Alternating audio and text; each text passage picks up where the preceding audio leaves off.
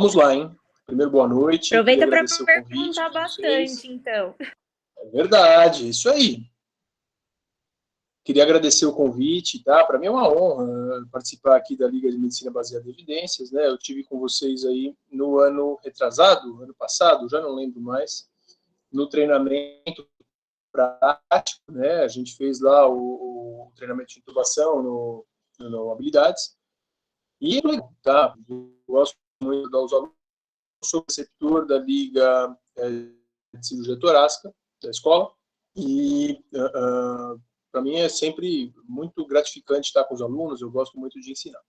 Espero que vocês aprendam algumas coisas, ou de preferência muito na aula, tá? Bom, queria começar então perguntando de qual ano vocês são. Vamos lá, todo mundo mandando no chat de qual ano é, vamos lá. Todo mundo. A Caru vai mandar aí, a Caru é do 4º ano. Primeiro, segundo, terceiro, segundo.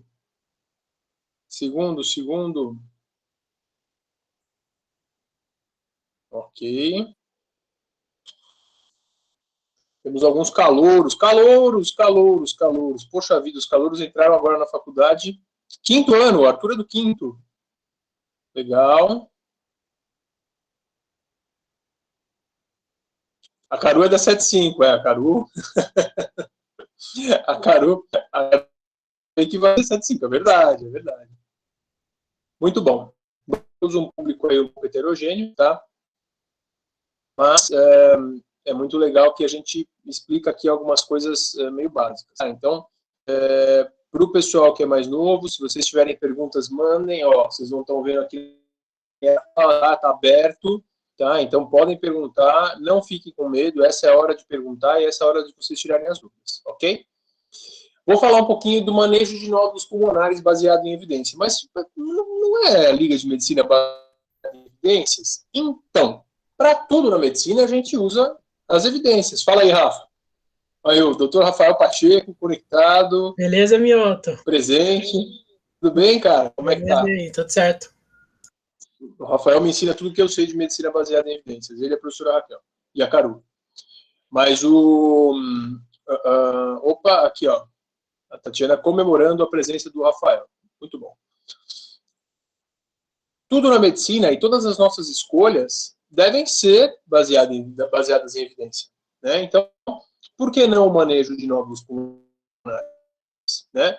É algo que vocês vão ver bastante, espero que vocês vejam, né? Espero que todos tenham contato com pacientes com nódulos pulmonares em algum momento na prática médica, e que as escolhas que vocês façam nesses momentos sejam baseadas em evidências, né? Mas são essas evidências? Poxa, essas aqui são boas, né? A medicina é baseada em evidências. Essa figurinha é clássica, eu adoro isso, mas é uma piada muito batida. Mas não, medicina baseada em evidências, a gente tem que lembrar que temos essa pirâmide, né? Que o nível de evidência vai subindo conforme a gente vai subindo ao topo da pirâmide, né? Então, a opinião de experts está lá embaixo na pirâmide da evidência. Poxa vida, a opinião de experts está lá embaixo na evidência. Mas tem um professor que me falou, esse professor que falou, ele está lá embaixo na pirâmide. Tá? Então, a gente tem sempre que lembrar isso. Infelizmente, muitas das evidências que a gente tem em casos cirúrgicos, né, nas clínicas cirúrgicas, elas estão lá embaixo na pirâmide de evidências. Né? Estão em relatos de caso, estão em opiniões, no máximo em casos controles, coortes, né? Temos poucos ensaios clínicos e menos ainda revisões sistemáticas. Tá? Então tá legal. Então, sem perder mais tempo, vamos falar o que é o nódulo do pulmão. Bom, primeiro o pulmão, né? Para o pessoal que está começando aí agora, os calouros eu acho que nem chegaram a ver a medicina respiratória na anatomia ainda, né? Nem chegaram no pulmão ainda na anatomia, mas temos dois, tá? Pulmão de cada lado. Pulmão direito, 3 lobos, lobo superior, lobo médio, lobo inferior. E o lado esquerdo, 2 lobos, lobo superior, lobo inferior. Tá? Um nódulo no pulmão, o que é? É uma alteração, onde a gente vai ter uma imagem, geralmente uma imagem mais sólida, ou um pouco mais sólida do que o parênquima do pulmão, circundada por parênquima pulmonar em todo o seu redor. Tá? Essa imagem vai ter obrigatoriamente até 3 centímetros. Por quê? Porque quando passa de 3 centímetros, a gente classifica como massa e não como nódulo. Tá? O nódulo ele pode ser único, tá? Se ele for único, a gente vai caracterizar ele como nódulo solitário de pulmão e ele vai ter uma abordagem diferente, ou ele vai ser múltiplo. Tá? Múltiplo também fala a favor de outras coisas. E ele pode ter as mais diversas causas. Tá? É importante falar para vocês que, assim, mas a minha tia, ela fez um raio-x e apareceu um nódulo no pulmão. O que que é? Não sei. Não dá para saber. Mas ela vai fazer uma tomografia. Aí dá para saber? Não. Não dá para saber. Na maioria das vezes, não dá para a gente saber. Eu vou explicar para vocês por quê. Tá? A imagem, ela não diz muito sobre o nódulo. Ela pode dar várias características para a gente, ela pode dar várias suspeitas para a gente, mas ela não vai dar o diagnóstico final. Tá? Então, dentre as causas, a gente pode citar o câncer, que é talvez a causa mais complicada, a causa mais perigosa, onde a gente mais presta atenção e é onde a gente quer chegar com as técnicas diagnósticas, né? A gente quer chegar no diagnóstico mais rápido do câncer. Também vou explicar por quê. Pode ser infecção, fungo ou tuberculose, né? Quando vem uma infecção naquele nódulo do pulmão, geralmente a gente comemora, porque é algo muito mais simples de tratar, muito menos complicado para o paciente do que se vier um diagnóstico de câncer, né? Também temos doenças autoimunes, doenças de depósito, sarcoidose, doenças raras, vasculites, etc. Aí temos uma infinidade de diagnósticos, tá? Quando a gente fala no diagnóstico do câncer de pulmão, a gente lembra que o câncer de pulmão é uma doença difícil, uma doença que leva muita gente embora, né? Temos aqui, então, vários exemplos de pessoas que morreram de câncer de pulmão, tá? Pessoas famosas, aqui temos George Harrison, temos Walt Disney, aqui do Brasil a Marília Pêra, né? Uma atriz, não sei se vocês chegaram a conhecer o trabalho dela, mas é uma atriz muito famosa aqui do Brasil. E o próprio cowboy, né, da Marlboro, o ator que fez a propaganda do cigarro Marlboro, ele morreu de câncer de pulmão. Né? Inclusive, no seu leito de morte, quando ele estava já no estado mais avançado, fazia recomendações contra fumar. Tá? Ele que a vida inteira fez propaganda de cigarro. Então, para a gente evitar essas mortes, para a gente evitar que a gente tenha complicações, né, secundárias ao cigarro, a gente precisa fazer o diagnóstico precoce, a gente precisa fazer o diagnóstico antes, tá? Do câncer se alastrar e do câncer chegar num estadio mais complicado. E o diagnóstico do câncer no estadio inicial, ele deve ser feito quando o câncer ainda é um nódulo, tá? Só para vocês entenderem aqui, esse slide está em inglês, mas é um slide muito bom.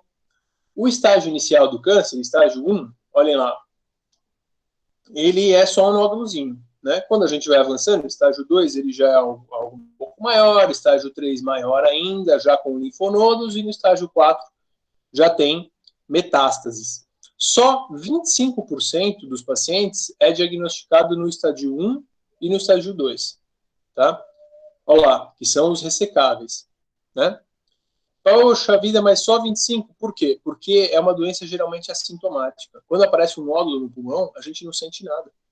Então não adianta a gente querer falar, mas quais são os sintomas do nódulo pulmonar? Nenhum. Nenhum. Não tem diagnóstico. Não tem nenhum fator diagnóstico. Não tem. Mas se eu examinar o paciente muito bem, eu consigo ver? Não. O paciente não tem sintoma, não aparece nada no exame físico, só vai aparecer em exames de imagem. Então, é difícil a gente conseguir que pacientes cheguem no estágio inicial, só 25%. 75% chega já com uma doença irressecável, que geralmente é muito caro e a sobrevida é muito pior. Tá? Já o tratamento vai para a quimioterapia, a radioterapia. No estágio 1 e 2, a gente tem que lembrar que o tratamento cirúrgico é o preconizado e o paciente que é submetido ao tratamento cirúrgico do câncer de pulmão geralmente tem uma sobrevida muito melhor. Legal. Então, aqui temos um famoso nódulo no pulmão. Olhem só bem a carinha dele. Esse aqui é um corte de tomografia. Tá? A ideia da aula hoje não é falar de tomografia ou de radiologia torácica. Se vocês quiserem, depois a gente pode até marcar uma aula para a gente falar só sobre isso. Mas eu vou mostrar algumas imagens aqui e eu vou querer que vocês deem resposta. Olha só. Esse é um nódulo de pulmão. O que é esse nódulo? Ele é benigno? Ele é maligno? Ele é câncer? Ele é tuberculose? Não sei. Ele é um nódulo de pulmão. Os nódulos, eles têm características específicas, tá? As características que falam a favor de benignidade são o quê? Do nódulo ser mais bonitinho. O que é ser mais bonitinho? Ele é mais redondinho, ele tem uma forma mais regular, as bordas dele são lisas, né? Isso faz com que a gente saiba que o nódulo é benigno ou suspeite que ele seja benigno. Agora, quando ele é maligno, a gente tem o quê? Bordas mais espiculadas, a gente tem uma forma mais irregular, a gente tem retração da pleura, membrana que reveste ali o pulmão, então puxa uma cordinha ali da pleura, a pleura fica mais retraída. Então, esse nódulo aqui que eu estou mostrando, ele parece ser mais benigno ou maligno? O que vocês acham? Mandem aí no chat. Ele tem uma cara boa ou ele tem uma cara ruim? Vamos lá, todos ligados aqui, ó. Vamos lá, deixa eu abrir, não está aparecendo.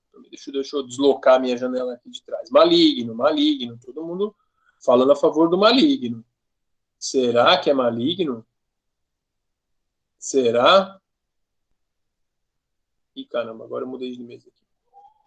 Será que ele é maligno? Não sei, não sei. Puxa vida, peraí que eu fiz alguma besteira aqui, eu mudei de mesa. Parece meio especulado, né? Então tá esquisito. Então tá. Então agora, ó, eu vou mostrar outras imagens para vocês e vocês vão me falar. Olha só. Olha lá. Isso também é nódulo no pulmão, né? Nódulos com características diferentes. Então, aqui a gente tem nódulos com cavidades centrais, né? Nódulos escavados. Nunca fala em cavitações, tá? Cavitação é o movimento do ventilador. Depois vocês pesquisem direitinho o que é cavitação. Mas não é isso que tem. O nódulo tem uma cavidade, tá? E aqui um paciente com múltiplos nódulos pulmonares. Então, só para mostrar apresentações diferentes, nódulos solitários, que nem aquele que eu mostrei, ou nódulos múltiplos, tá? Aqui um paciente com múltiplas metástases de um melanoma, tá? Um caso super grave, super complicado, é uma imagem bem feia. Então agora, eu vou mostrar para vocês 4 imagens, e eu quero que vocês me falem qual vocês acham que é benigna, qual vocês acham que é maligna. Será que a letra A é benigna? Será que a letra B é benigna? Será que a letra C, a letra D? O que vocês acham? Mandem aí. Mandem respostas. Quero respostas. Então vamos lá. Ó. Vão mandando aí no chat. Daqui a pouco eu vou ver. Eu vou tentar jogar esse aqui para a mesa de novo. Olha lá. A e C malignas, A e C malignas, A e B maligna. Vou mostrar aqui de novo. Vamos lá. A e C são malignas, A e B são malignas, a D é maligna. E aí? O Rafa só chuta B, o Rafael só vai no que é mais seguro, né, Rafa? Porra, tem que se arriscar. C e D benigna, B benigna, A e D malignas. Poxa vida, chutamos, né? Então tá. Então olha lá. Vou falar para vocês. Dessas todas aqui, a única benigna é a letra B. Todas as outras são malignas. Poxa, mas são imagens muito diferentes. Pois é, são imagens muito diferentes. Isso não quer dizer que elas não sejam a mesma coisa. Elas não são a mesma coisa. Tá? São tipos diferentes de tumor. E aqui a gente tem várias formas dele aparecer. Então, vejam a diferença dos nódulos, tá? A gente vê aqui na letra A, olha só, um nódulo em vidro fosco. Está tão na moda agora o vidro fosco por causa do Covid, né? Então, aqui é uma imagem em vidro fosco, olha só. Né? Uma imagem onde a densidade do nódulo é quase a mesma do pulmão, mas ainda assim é um nódulo, tá? Ele está ali quase se tornando uma massa, está quase chegando em 4 centímetros, mas ainda assim ele é um nódulo, tá? A letra B é um nódulo calcificado. Então, olha só, nódulos totalmente calcificados, a gente pode afirmar que são nódulos benignos, tá? Não são nódulos malignos. Então, olha só, a densidade dele é igual à densidade do osso, compara com a coluna aqui, ó. Igualzinho, a mesma coisa. A letra C, a gente tem um nódulo sólido, nódulo totalmente sólido, espiculado, feio, né? Altamente sugestivo de malignidade. Ele é mesmo maligno, né? E aqui na letra D a gente tem o nódulo misto, né? Ele pode ter um componente em vidro fosco e um componente sólido na sua parte central. Esses nódulos mistos com componente sólido na parte central, eles são altamente sugestivos de malignidade. Mas a gente não pode afirmar, a gente não pode jurar por Deus que os nódulos são sempre malignos. Então, como que a gente faz? O que vocês acham? O que a gente deve fazer para saber se o nódulo é maligno? O que a gente faz? O que fazer? Doutor, apareceu um nódulo no meu pulmão. O que fazer? A gente pode fazer nada e a gente pode fazer alguma coisa. Vocês estão bem aí? Todos aí? Todo mundo certo? Vamos lá. A gente pode não fazer nada, né? Ou a gente pode fazer alguma coisa. Legal. O que é fazer alguma coisa? Fazer nada não é legal, né? A gente pode não fazer nada, mas o fazer nada também é legal. Quando? Quando o nódulo é totalmente calcificado. Então, o nódulo é benigno, a gente tem certeza que ele é benigno, a gente não precisa fazer nada. Ah, mas não precisa acompanhar, pedir mais uma tomografia? Não. Por quê? Totalmente calcificado, não precisa fazer mais nada, tá? Ou a gente faz alguma coisa. E o que é alguma coisa? Né? Alguma coisa é a decisão que a gente vai tomar.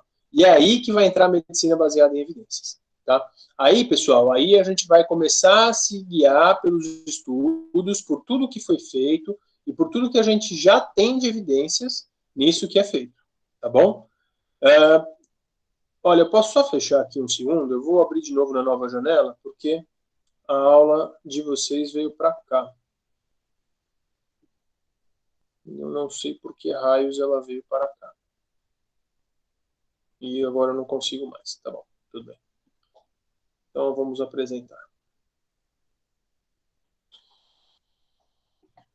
Baseada na melhor evidência possível, tá, foram determinados algoritmos, ou seja, foram determinadas formas da gente agir por sociedades, principalmente sociedades americanas, né?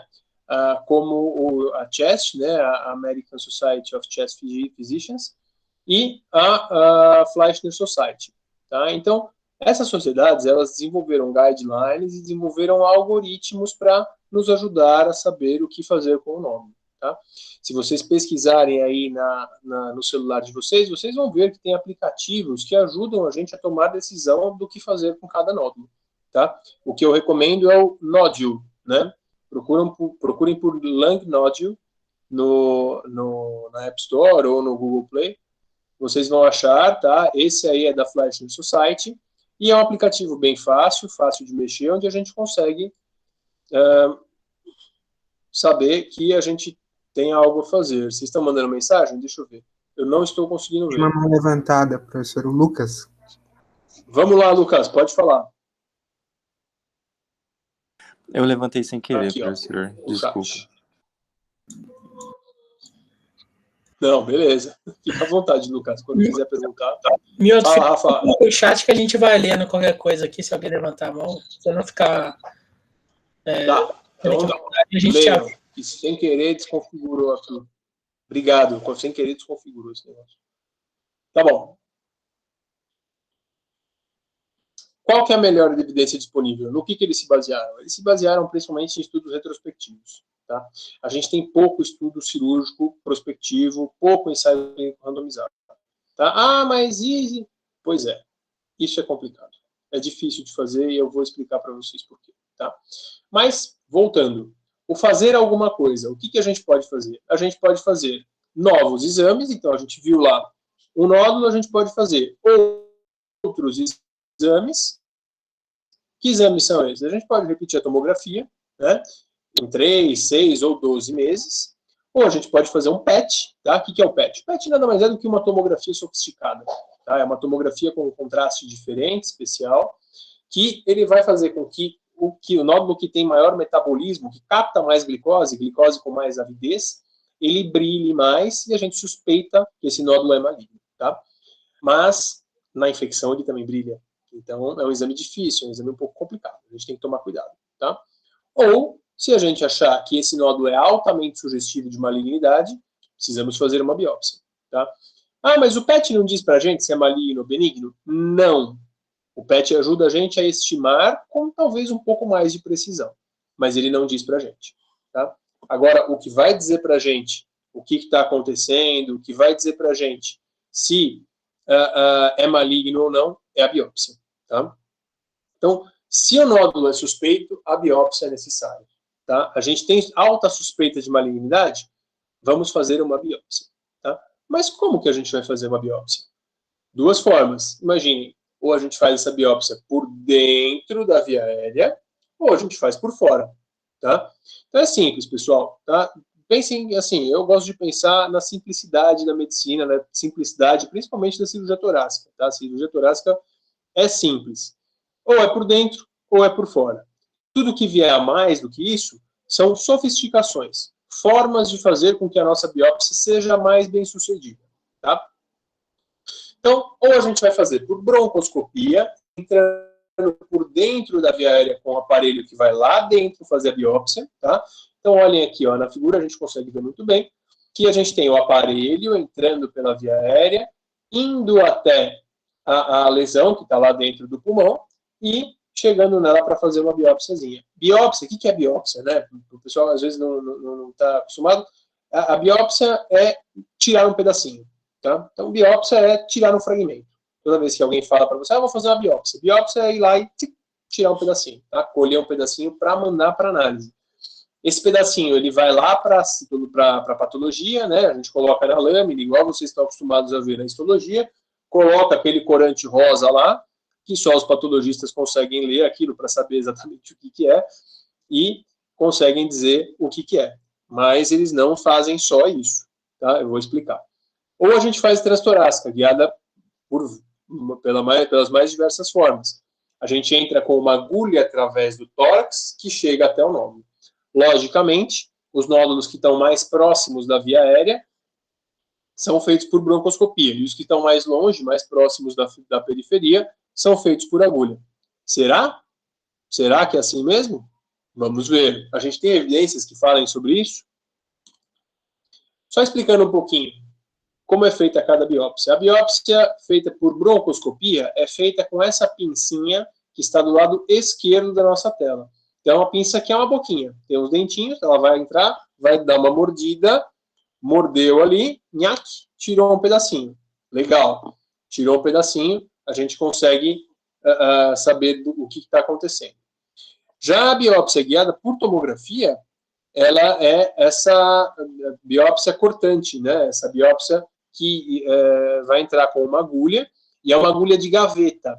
Então, notem que ela vai entrar, o mandril vai deslizar por dentro dela, o tecido que está em volta vai entrar nessa gavetinha, e essa gaveta ela é envolvida por um material cortante que se fecha automaticamente e recolhe esse tecido. Tá? Então, é uma tecnologia interessante, é uma gavetinha, ela fecha e ela tira ali um filé de tumor. Tá?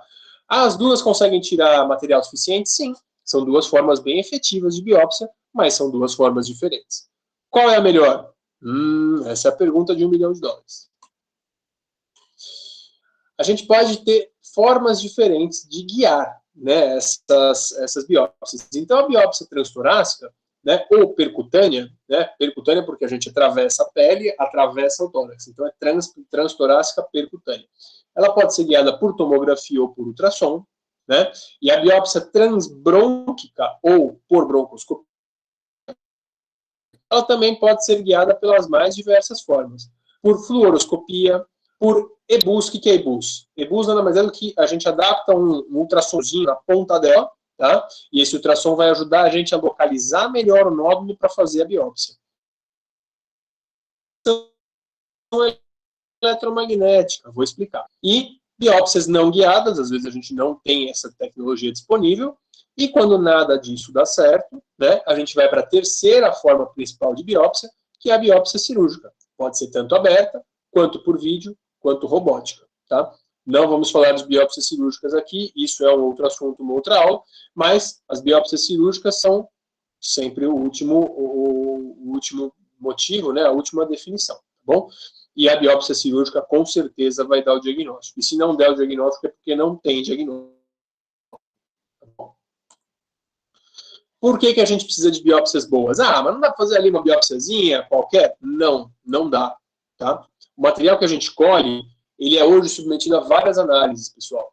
Da gente falar que o câncer de pulmão é só câncer de pulmão, não é suficiente. Então, aqueles nódulos que eu mostrei para vocês no começo, que eu estava mostrando que eles são de diferentes formatos, eles têm tipos histológicos diferentes. Tá? Eles têm formas diferentes, eles têm mutações de genes diferentes.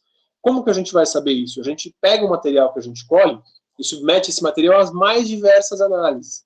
Pesquisa genética, imunistoquímica, e assim, a gente tem que perder o mínimo de material possível, porque esse material tem que ser muito explorado, né? Para isso o material precisa ser bem tratado. Tá legal? Então, imaginem que hoje o tratamento ele é tão individualizado, ele é tão personalizado, que às vezes a gente tem mutação de um gene, mas não tem do outro, tem mutação de 2 genes, e para cada tipo de combinação, para cada estadiamento, para cada paciente praticamente, a gente tem um remédio diferente. Nem preciso dizer que esses remédios estão muito caros, mas um dia, tudo der certo, as patentes caem, esses remédios se popularizam e os preços também caem. E aí, essas possibilidades vão estar disponíveis para todos, né? É o que nós esperamos. E aí a tecnologia vai avançando, a gente vai conseguir trazer melhor tratamento para todos os nossos pacientes. Aqui a biópsia transtorácica guiada por tomografia, vejam lá. Olha lá, entra com a agulha, faz uma anestesia local, entra lá e, tchum, com a agulhinha de gaveta, pega um pedacinho do tumor. Aqui a biópsia guiada por broncoscopia. Ela pode ser tanto sem guiar, né? Então aqui ele está fazendo a biópsia diretamente, entrando com o aparelho, olhando lá por dentro. Ele tem uma visão bem restrita, né? Uma visão que não traz para a gente tanta definição assim, porque a gente só consegue olhar via aérea, a gente não vê o nódulo, a não ser que ele esteja dentro do brônquio.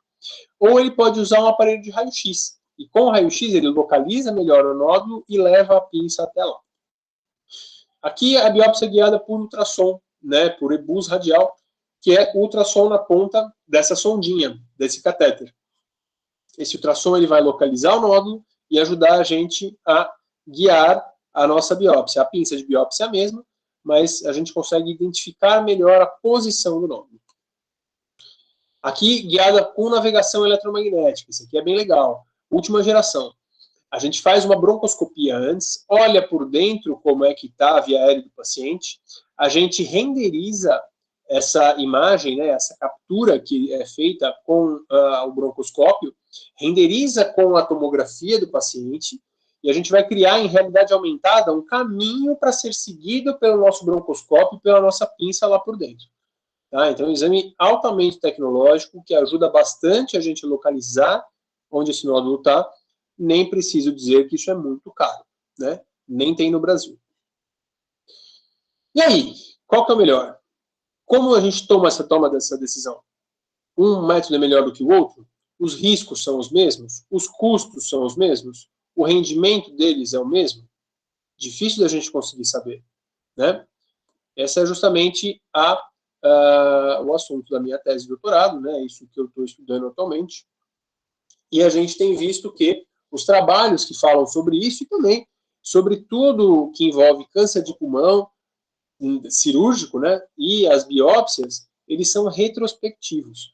Temos muitas informações de bancos de dados, né? Hoje as pessoas armazenam os dados, as pessoas conseguem tratar os seus dados e conseguem fazer estudos interdisciplinares, institucionais, onde a gente consegue um número grande de pacientes, mas ainda assim, lá na pirâmide de evidências, lembrem, isso é um estudo retrospectivo, isso está lá para baixo, tá? Então, não é um bom nível de evidência.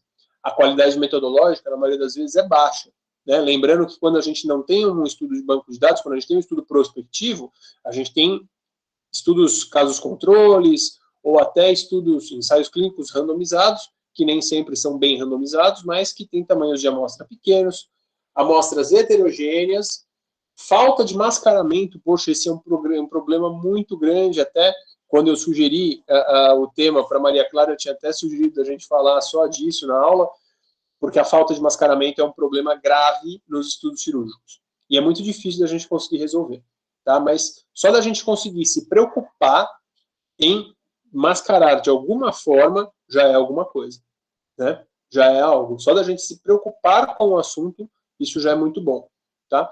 Vejam vocês que a falta de mascaramento e a falta de randomização e a falta de um grupo controle tem feito muita diferença, né? Poxa vida, se tivessem feito um trabalho logo no começo com a cloroquina, tratado os pacientes com placebo, tratado com cloroquina, a gente não sabia se era efetivo ou não. Será que não, a gente não teria um efeito? Será que a gente não teria salvado algumas vidas com isso?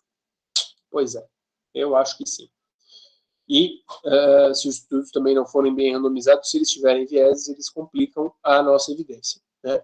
Fora que, para estudos cirúrgicos, e principalmente para tudo que envolve alguma tecnologia, pessoal, a gente tem viés de fontes pagadoras. Por quê?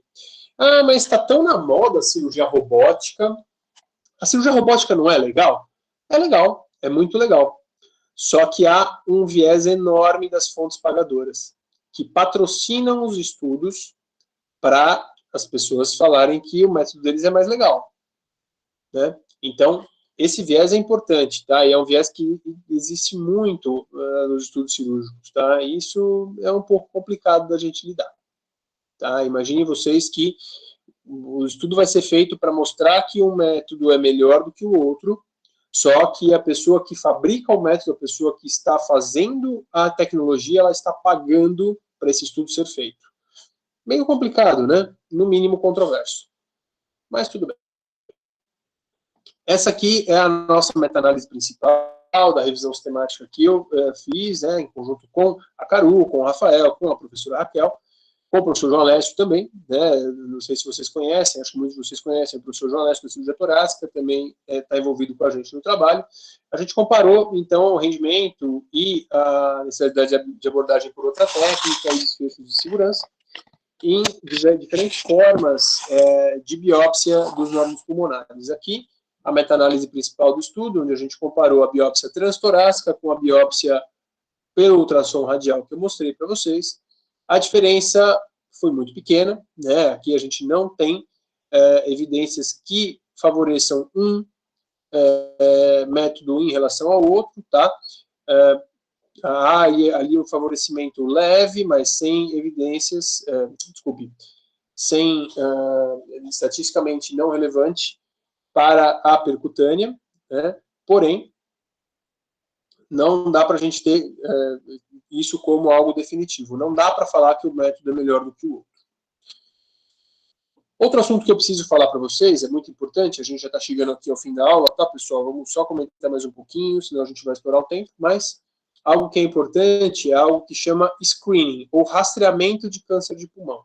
Tá? Esse aqui é um estudo holandês, tá? Um ensaio clínico gigante, com mais de 20 mil pacientes avaliados, que se estendeu por 20 anos, tá? Foi um estudo enorme, que avaliou a mortalidade e os desfechos nos pacientes que desenvolveram câncer de pulmão em uma população inteira, e os pacientes foram submetidos ao raio-x de tórax ou a tomografia de tórax de baixa dosagem, para análise e para diagnóstico precoce dos nódulos pulmonares ou do câncer de pulmão no seu estadio inicial.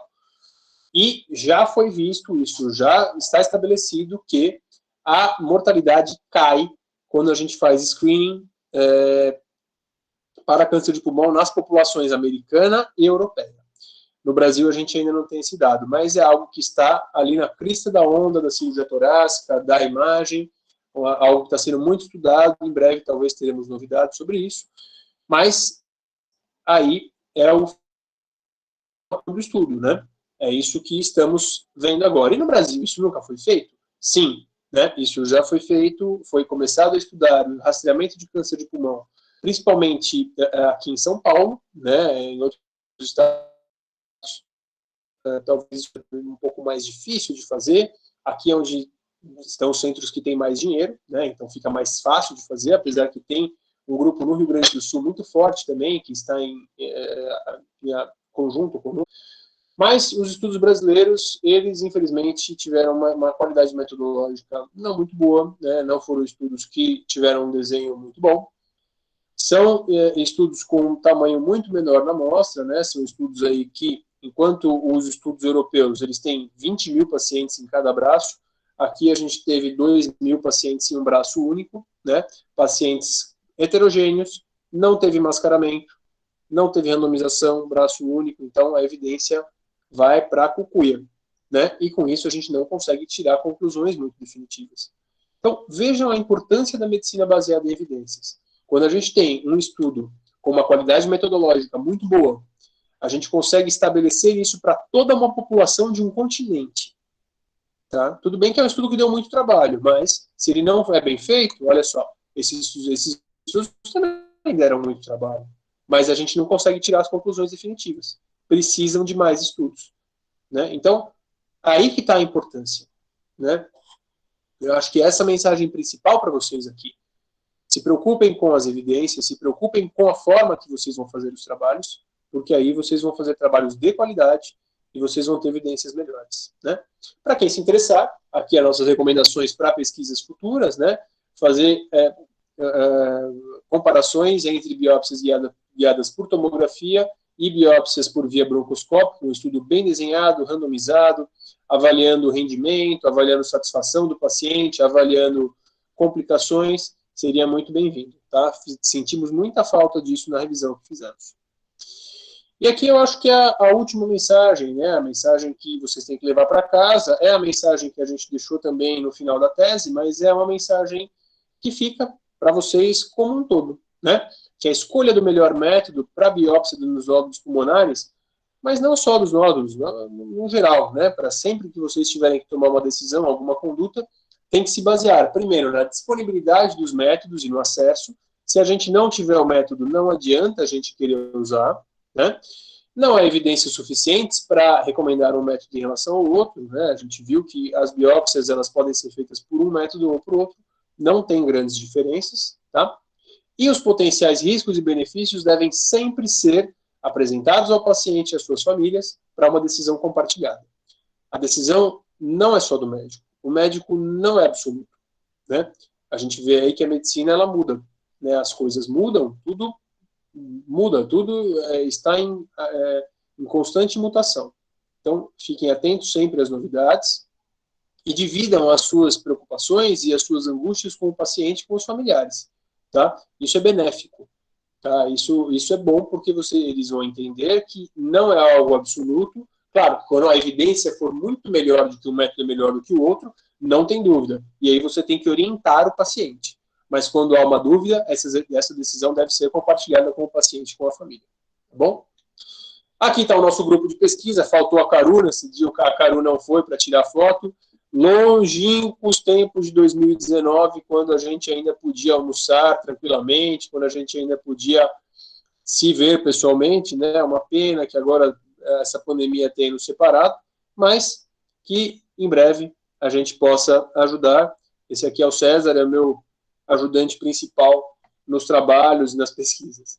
Tá bom? Obrigado, gente. Aqui está meu e-mail, eu tenho Instagram também, se vocês quiserem procurar só meu nome, fiquem à vontade e eu estou aberto para as perguntas. Agora é hora das perguntas e das dúvidas. Vamos lá. Bom, gente, putz, excelente aula do Mioto, né? Não é à toa que ela está no final, né? E ela reúne um pouco de tudo que a gente discutiu, né? No curso. Uma coisa que eu queria ressaltar, né, pessoal, é que eu acho que o microfone está aberto aí, meu, tá dando um equinho. Se você puder só... Tá dando... Então eu vou te... Foi, beleza. Pessoal, o Éder tá feliz com a aula aí. Uma coisa interessante, né, é que tem áreas da medicina que existe uma falta de não sei do que, de vontade, sei lá, de você buscar evidências, né? Tem áreas que não tem justificativa, entendeu? Câncer de pulmão sei lá, o câncer que mais mata do mundo, o câncer que mais tem impacto no mundo, muito comum, é uma causa muito comum de morte, é uma causa comum, você vê, é difícil de manejar, né, Milton? Milton falou, a maior parte dos cânceres você só detecta quando já está totalmente comprometido, então, não tem justificativa para você não fazer, buscar estudos, buscar evidências, reduzir incerteza. O Mioto mostrou as meta-análises dele lá, dá vontade de chorar. Tem 40 pacientes nos estudos, né? O Mioto, quantos pacientes com nódulo de pulmão que faz biópsia e fazem só em São Paulo, né? Com certeza é mais do que 40 num curtíssimo período de tempo, então. Muito mais. Para vocês terem ideia, olha, só no hospital onde eu trabalho, né, além de trabalhar aqui na escola também, eu trabalho na Prevent Senior, né, que é um lugar onde tem muitos pacientes com câncer de pulmão, muitos pacientes idosos. Lá são operados mais de 300 pacientes por ano com câncer de pulmão. Então, imagina. Pois é, fazer um estudo bem feito, né, Rafa? Por que a gente não está randomizando esses pacientes, né? E aí eu queria trazer para os alunos, Mioto, 3 frases famosas na MBE, né? A primeira frase, perguntaram para um pesquisador lá quando que ele achava que deveria começar os ensaios clínicos randomizados, né? E ele fala, olha, você tem que randomizar, né, o primeiro paciente, né? Se você tem o primeiro paciente e você começa a randomizar, você é o melhor custo-benefício para você identificar aquilo que é melhor, né? Então, randomize o primeiro paciente, né? Na época da cloroquina, como o Mioto bem lembrou, a gente tinha ensaios clínicos com 50, 100 pacientes e saía estudo observacional com 20 mil pacientes que tomaram cloroquina, né? Se esses 20 mil pacientes tivessem sido randomizados, em um mês a gente tinha a resposta da cloroquina. Demorou 8 meses e foi respondido, entre aspas, com um estudo com 10 mil pessoas. Então, se a gente tivesse randomizado desde o primeiro paciente com Covid, quão mais rápido a gente não teria a redução da incerteza, né? Então, esse é o primeiro ponto, né? Randomize desde o primeiro paciente. Aí perguntaram para ele, você tem que randomizar até quando? Aí ele fala, randomize até quando causar danos. O que é isso, né? Randomize até você ter um grau de certeza importante sobre qual é a melhor alternativa, né?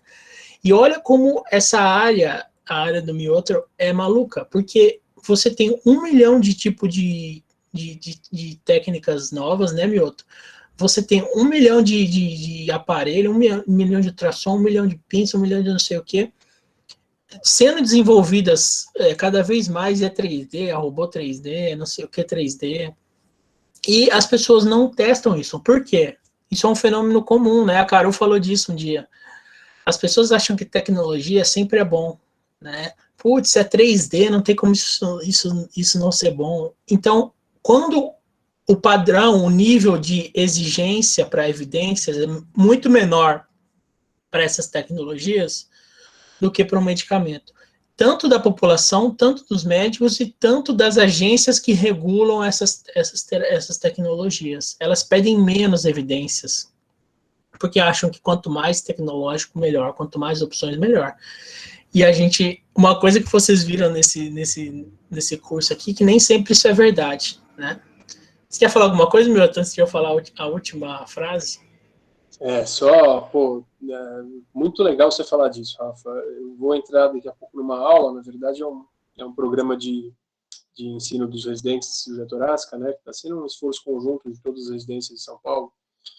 E o ponto principal de discussão de hoje é justamente esse, porque o pessoal de uma certa faculdade ali do outro lado da Avenida Paulista, eles gostam muito de usar coisas caras e tecnológicas. Por quê? Eles têm um viés, digamos, financeiro, monetário com relação a isso. Então, eles querem embutir na cabeça de todos que é melhor usar tecnologia, sem levar para o custo, e eles levam as evidências, eles distorcem as evidências, olha só, a favor deles, porque tem estudo sobre isso. E o estudo sobre usar isso ou não usar isso, não é, né?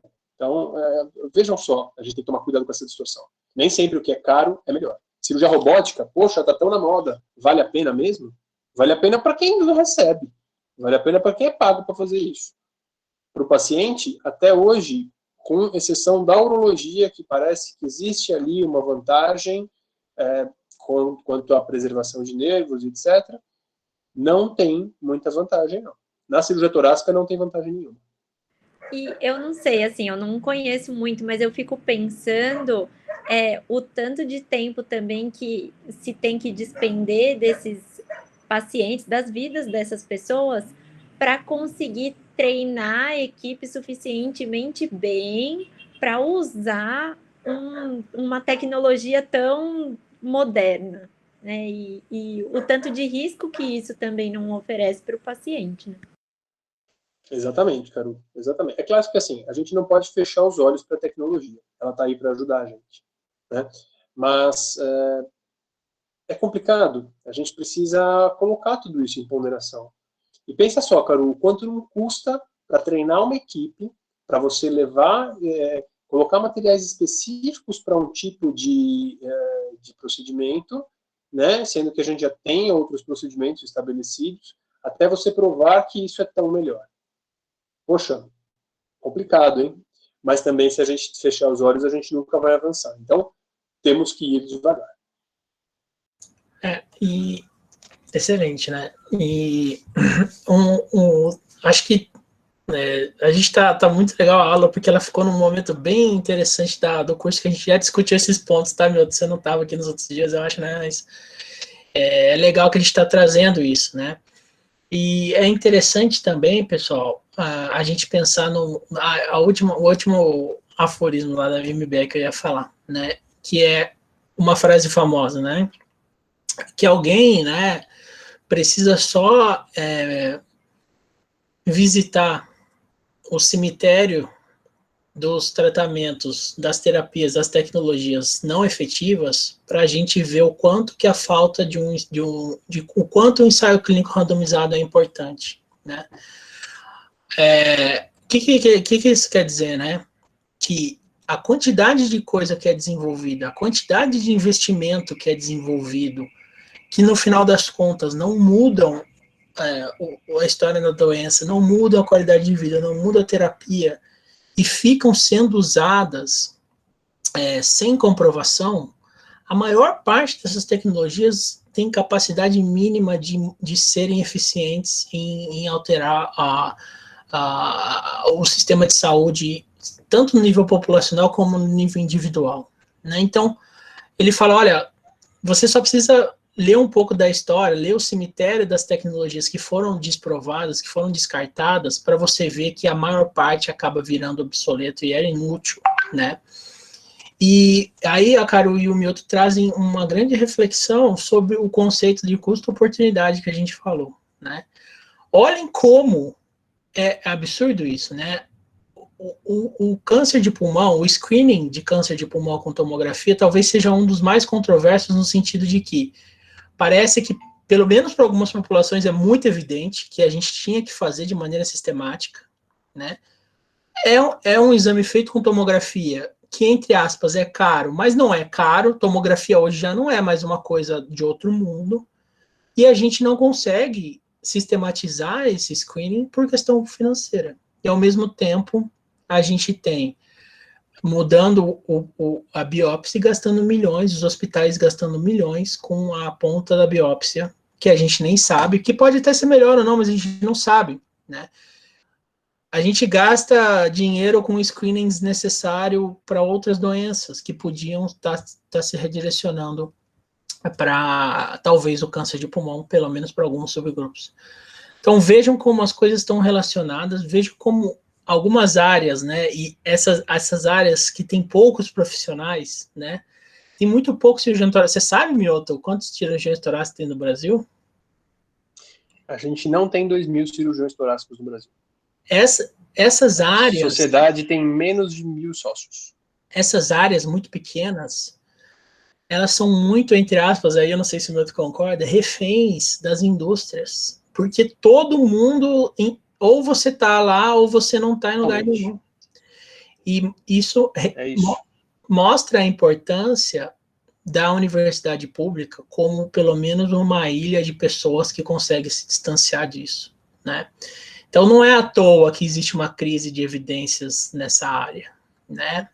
Tudo está relacionado com o interesse das pessoas de investirem e da necessidade que os órgãos reguladores e que os próprios profissionais da saúde fazem de pedir para quem desenvolve essas tecnologias desenharem estudos e mostrarem o que funciona ou não. Né? E muito legal isso que o Rafa falou do screening, eu até anotei aqui, porque eu confesso que eu não sabia que existe um mês do câncer de pulmão. Tem mês de tudo quanto é coisa. E tem mês do câncer de pulmão, mas não sei se vocês sabiam, eu não sabia. E aí eu fiquei pensando também numa coisa que o Mioto falou, que é uma coisa que o Rafa falou, acho que também no primeiro dia, que é o quanto muita gente vai fazer pesquisa tentando provar que uma coisa funciona. Né? E aí a pergunta não é o que é melhor, a pergunta é, eu quero fazer isso dar certo. E não necessariamente é isso, né? É isso aí, Caru, são os reféns da tecnologia. Tem muito dinheiro por trás disso, pessoal. Quanto vocês acham que custa uma cirurgia robótica? Uma bolsa PIBIC é o equivalente, eu acho, ou 80% da bolsa. De uma bolsa PIBIC de quantos anos, Rafa? De 6 séculos. De 85 gerações, se você somar a bolsa PIBIC. Com certeza é mais do que uma tomografia. Mas é muito mais. Se a gente colocar uma lobectomia robótica, pessoal, se a gente juntar a tecnologia com a taxa do robô, com os grampeadores, blá blá, blá blá, blá blá, não sai por menos de 50 mil reais. Tá? Isso assim, custo convênio. Se isso aí for particular, se o paciente for pagar particular para fazer isso, podem colocar o dobro. Isso, tá? Né, Mioto? Sem contar o investimento da capacidade instalada. Né? Isso daí são só o material e a equipe. Comprar o robô. Quando a gente pensa em SUS, alguém tem que comprar o robô. Quanto custa o robô, entendeu? Então, mas aí que tá, Rafa, é aí que tá o X da questão. O robô é propaganda, é marketing. Mas o robô não está no rol de procedimentos do ANS. Nenhum convênio cobre robô. Os pacientes precisam pagar por fora para usar o robô. Tá? Eles pagam uma taxa de robô. Então, todo paciente que vai fazer cirurgia robótica precisa pagar a mais. E tem muita gente que ganha dinheiro com isso, e não é pouco, não. Mas se a gente então, mesmo que a cirurgia seja pelo convênio, né? Tem que pagar. Mas se a gente for pensar em implementar no SUS, esse sistema não vai poder existir, né? O SUS vai ter que criar uma capacidade. Mas, enfim, só mostra o desvio, né, de recursos numa área tão carente de evidências, né, com tanto desenvolvimento tecnológico. E é isso, foi o que o Milton falou, né? Ele começa ela quase com vergonha. A gente só tem estudos retrospectivos, opinião de especialista, e é isso. Né? E existem algumas áreas que são assim, e não sei o que acontece. Né? Quem sabe a gente não pode estimular vocês aí que estão chegando, estão começando agora, a estudar de uma forma adequada isso. Né? Vocês que né, vão ser os mais diversos especialistas aí, vão ser especialistas em evidências, vão ser especialistas em nefro, em cardio, em pneumo, em reumato, em cirurgias das mais diversas. Quem sabe a gente não consegue colocar na cabeça de vocês o que é certo, né, a fazer da forma correta. E talvez essa seja a maior mensagem que a gente pode passar. Bom, gente. Maria, a gente vai dar uma pausa aí, a Ana tá aí já. Sim, queria agradecer imensamente o professor André Mioto, foi incrível, como a gente já esperava. Acho que foi muito legal mesmo a discussão, como o Rafa falou, para a gente unir tudo que a gente discutiu nos últimos dias. Professor, vou te liberar, porque o senhor tem outra aula agora, né? Fica à vontade. Eu vou entrar na outra apresentação agora, que já vai começar. Valeu, gente, muito obrigado. Obrigado muito mesmo. Obrigada, foi um prazer. Eu estou sempre à disposição. Até a próxima, pessoal. Até, professor. Tchau, tchau. Aí a gente... Boa noite, professora Ana. Boa noite, professora. Olá, boa noite. Tá frio aí? Então, tá um pouquinho. O Rio de Janeiro também faz frio, gente. Pela primeira vez em 15 anos. Não, mas é assim. Lembra daquele dia de inverno no Rio de Janeiro, há 2 anos atrás? É assim que a gente lida com o inverno no Rio, né? É um ou outro dia só, né? Hoje é um desses dias aí de mais friozinho. Eu vi que tá 19 graus lá. É, menos 20 é impossível. Pra gente isso é inverno. Isso aí. A gente pode dar... Pode falar, Rafa. Não, eu ia brincar com a Ana, fala aí. Não, eu ia falar que a gente podia dar uns 5 minutinhos pro pessoal, pode ser, professora Ana? Claro. Só tomar uma água, ir ao banheiro, Claro. e aí quando for 7h35 a gente volta. Tudo bem? Tá ótimo. Agora eu esqueci o que eu ia falar, era uma besteira tão grande que eu não lembro, gente. Eu lembrei que o curso tá bombando, mano. Que toda vez que você coloca lá no seu Instagram, o pessoal aparece. Se você quer divulgar uma coisa, a Ana Paula joga no Instagram que dá certo. Eu já falei para você que tem que ir para o Instagram, Rafael. Tem que ir para onde o jovem está. O jovem está no Instagram. O Rafa quer postar as coisas no Twitter. Eu já falei, Twitter não dá. Twitter, assim, é muito bom, eu adoro. Para mim, é a minha rede social favorita, é onde eu aprendo mais, eu acho, assim. Mas o Twitter, eu acho que é uma rede social, assim, muito pessoal, né? Então, cada pesquisador vai lá, discute, né? E bota a sua opinião. Mas essa coisa, assim, mais institucional, e eu acho que funciona mais no Instagram. E eu acho que tem mais alcance com o jovem no Instagram. Pelo menos, assim, os meus alunos, todos, assim... Você sabe, Rafael, que teve até um processo seletivo de especialização lá na UERJ esse ano, uma especialização específica, né, ortodontia, né, que é aparelho, né?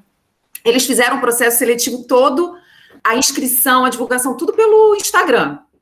Tudo foi pelo Instagram, gente. Eu falei assim, não é possível. A coisa está mudando mesmo. Assim, eu me considero jovem ainda, eu tenho 27 anos. Pois é, você